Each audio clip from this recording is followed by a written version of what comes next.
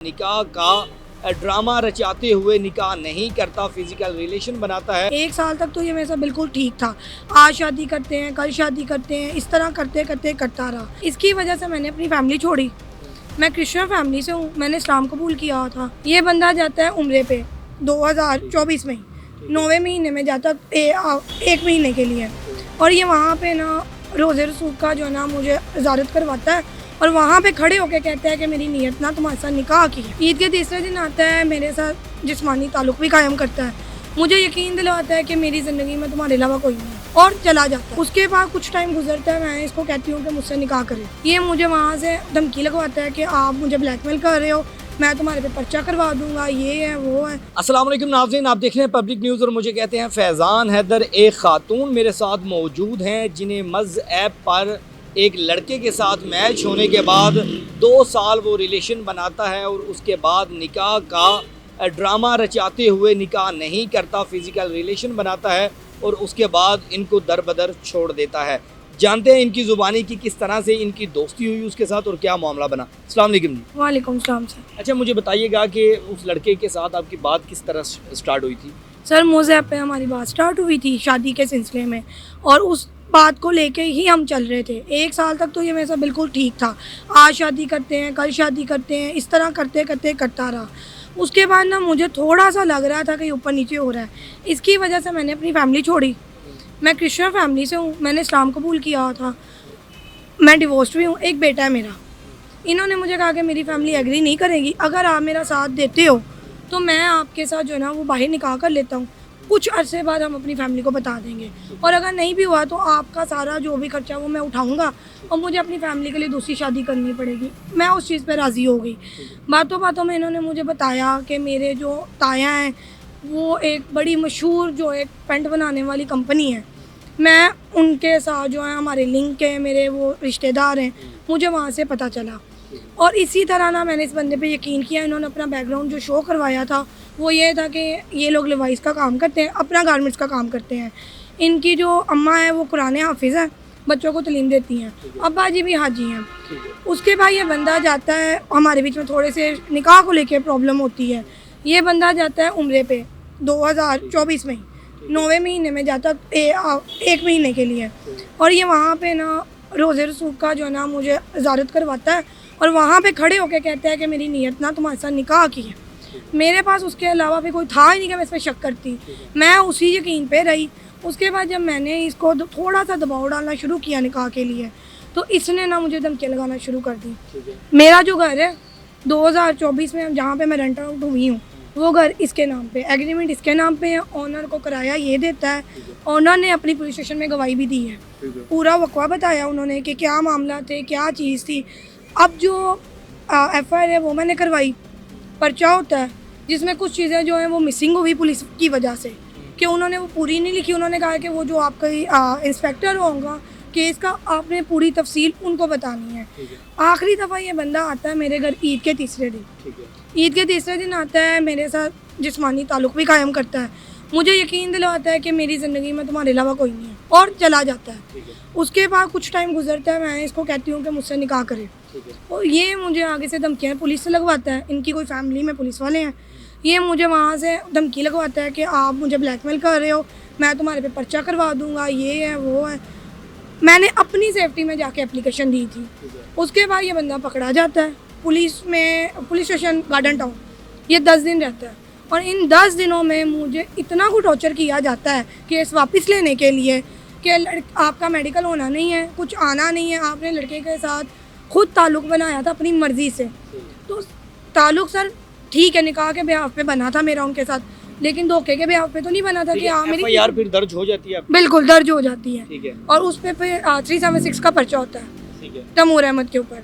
ये वो गिरफ्तार नहीं होता उसके बाद? वो ज़मीर टाउन से गिरफ्तार होता है, उसी रात को अजमेर टाउन से उसको गिरफ्तार पुलिस करती है उसके घर के बाहर से, जो कि पुलिस ने कहा था कि आपने पकड़वाना है। तो मैं उनके घर का एड्रेस देती हूँ, सारा मामला बताती हूँ। पुलिस जाके रात को 11-12 बजे उसकी गिरफ्तारी करती है, और गार्डन टाउन से वो वहाँ से अजमेर से गार्डन टाउन लाती है। अगले दिन मुझे बुलाया जाता है, मैडम कहती हैं कि आप आएँ, बात करनी है। बंदा जो है वो मुकर जाता है। मैडम कौन होती है? मैडम है फरहाना खान। ठीक है।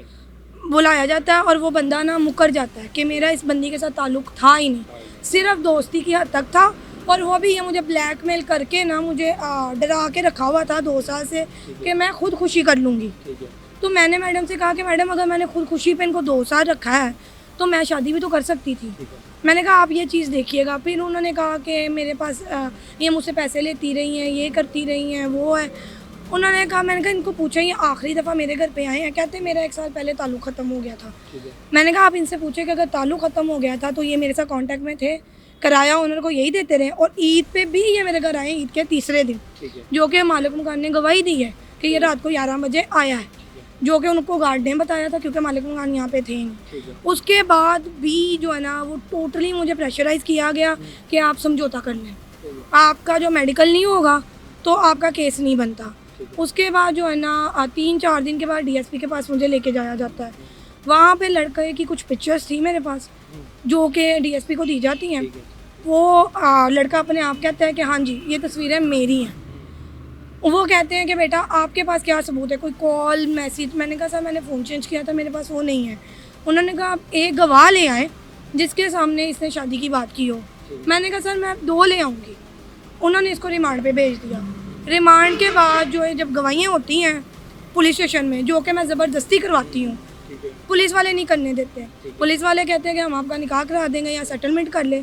10 दिन जो है ये गार्डन टाउन में रहता है और इन 10 दिन में मेरा मेडिकल नहीं करवाया जाता। सिर्फ ये कहा जाता है कि आपका निकाह हो जाएगा तो मेडिकल की ज़रूरत नहीं है, आप मेडिकल ना करवाएं।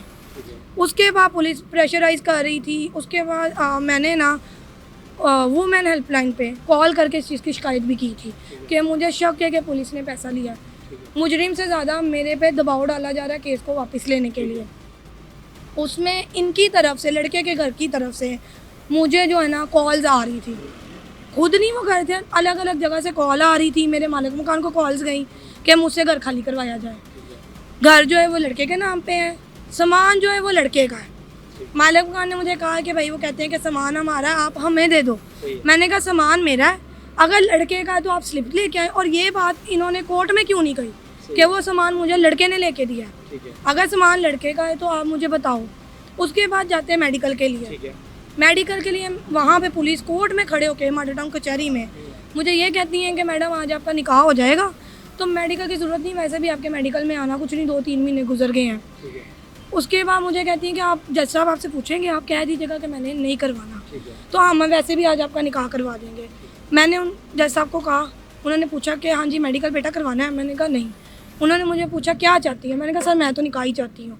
लड़के को बुलाते हैं, लड़का मुकर जाता है, कहता है कि मैंने निकाह नहीं करना। उन्होंने कहा क्यों? कहते हैं इसकी शर्तें बहुत हैं। उन्होंने कहा क्या शर्तें हैं? कहते हैं कि ये 50 से 1 करोड़ की डिमांड कर रही हैं एज अ सिक्योरिटी। मैंने जज साहब को कहा, मैंने कहा जज साहब ये मैं इसलिए कह रही हूँ कि मैं लिख के इसको दूंगी कि अगर ये 6 महीने में ऐसा नॉर्मल रहता है, पहले तरह रिश्ता चलता है तो मैं इसको माफ़ कर दूंगी, और अगर ये मुझे तलाक देता है या छोड़ता है इतने टाइम में तो ये उसको देने का हकदार होगा। जज साहब ने फैसला सुनाया कि निकाह कर दिया जाए। ब्रेक टाइम था, मेरे बेटी की तबीयत नहीं सही थी, मुझे घर जाना पड़ा। मैडम ने कहा आप 1 घंटे में वापस आ जाएं, आपके बयान करा के निकाह करवाना है। मैंने कहा ठीक है। उसके बाद मैडम ना वहाँ से लेके बंदे को चली जाती है पुलिस स्टेशन रिमांड पे कि हम आज इनका निकाह करा देंगे। जब वहाँ पे जाते हैं इनकी फैमिली में से कोई इनका रिश्तेदार आता है मेरे पास मिलने के लिए और मुझसे पूछा जाता है कि आप क्या चाहती हैं, और मुझे कहा जाता है कि आप बयान ये देंगी कि लड़के को आपने गलत फहमी में जो है ना वो उस पर पर्चा करवाया था और हम 1 महीने का आपसे टाइम लेंगे स्टाम्प पेपर पे, आप पर्चा पूरा लड़के के ऊपर से उठाएंगी। जब मैं उनकी शर्तों पे एग्री नहीं करती तो वो मुझे लगाना शुरू करते हैं धमकियाँ कि हम आपके खिलाफ जो है ना वो पर्चा देंगे, तुम भी अंदर जाओगी, ये वो। और पुलिस बिल्कुल साथ में साथ देती है, पुलिस स्टेशन के अंदर वो लगा रहा धमकी। अगले दिन ना मंडे वाले दिन कोर्ट में पेशी होती है और वो जो रिश्तेदार था वो उनका वकील था। वकील ने मुझे सिविल कपड़ों में बैठ के धमकी दी जबकि मुझे बताया नहीं गया कि वो वकील है। वहाँ पे जाके मैंने फिर दोबारा कहा कि मैं मेडिकल करवाना चाहती हूँ। मेडिकल एक्सेप्ट हुआ है, 9 तारीख है मेडिकल की।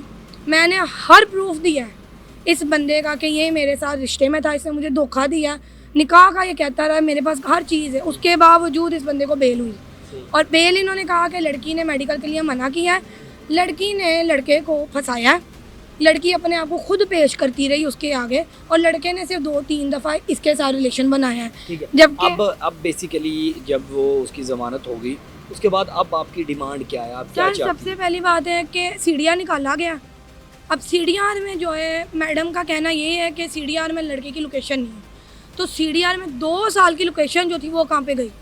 जो ये बंदा हर हफ्ते मेरे पास आता था और किसी भी दिन ये रात को 2 बजे, 3 बजे, 12 बजे सारी रात मेरे साथ रहता था, वो लोकेशन कहाँ गई है? कॉल्स कहाँ गई है? जो सारा दिन की कॉल्स थी, कैसे कह रही हैं कि लोकेशन नहीं है? कुछ भी नहीं है, लोकेशन तो साफ़ है बंदे की। और आखिरी दिन जब मैं इनके घर गई हूँ और हमारी 4-5 दफ़ा बात हुई है, ईद पे ये मेरे घर आया, वो लोकेशन कहाँ है? लड़के ने खुद बयान दिया है कि मेरा 2-3 साल से लड़की के साथ रिलेशन था, मैं शादी करना चाहता था, मैंने ज़िना किया है, मुझसे गलती हुई, लिहाजा मुझे माफ़ी दी जाए। जब वो खुद अपनी बात कबूल कर रहा है तो फिर आप कैसे लिख के दे रही हैं कि लड़की ने लड़के को फंसाया है? और अगर मैंने फंसाया भी है तो आपके पास भी तो प्रूफ होंगे, आपने भी तो कोई कार्रवाई की होगी। मेरे पास प्रूफ है, आप भी तो प्रूफ ला के दें कि लड़के को मैंने फंसाया था, लड़का 2-3 महीने मेरे साथ ही रहा है। मेरे पास हर चीज़ का प्रूफ है। 2026 तक जो रेंट इसने दिए मेरे पास वो भी मौजूद है, हर चीज़ मौजूद है। तो मुझे चाहिए इंसाफ। ये मीरज़ादे जो है अपने पैसों के दम पे किसी भी औरत की इज्जत जो है ना वो उतारते हैं, उछालते हैं, बाद में उसको जूती बना लेते हैं। तो मुझे ना इंसाफ चाहिए, और मेरी ना मरियम नवाज साहिबा से यही अपील है कि मेरे साथ इंसाफ किया जाए, मुझे इंसाफ दिलवाया जाए। नाज़रीन, सूरत हाल आपने देखी कि किस तरह से लड़कियों को एक एप्लीकेशन के ज़रिए फंसाया जाता है, उसके बाद उनके साथ फ़िज़िकल रिलेशन बनाने के बाद उनको अदालतों में, थानों के अंदर जलील किया जाता है, रुसवा किया जाता है निकाह के नाम पर। ये अब ख़ातून जो कि दायरा इस्लाम के अंदर भी दाखिल हो चुकी है, सिर्फ उस लड़के के प्यार के अंदर अब उसके साथ निकाह नहीं किया जा रहा, धमकाया जा रहा है, और बाकायदा तौर पे अदलिया के ज़रिए ज़मानत भी ले ली गई। अब देखना यह है कि इस केस का क्या बनता है। वो रिक्वेस्ट कर रही हैं वज़ीर पंजाब मरियम नवाज से, जो कहती हैं कि ख़वातीन उनकी रेड लाइन हैं। मुझे दें इजाज़त, अपना रखें ख्याल, अल्लाह निगहबान।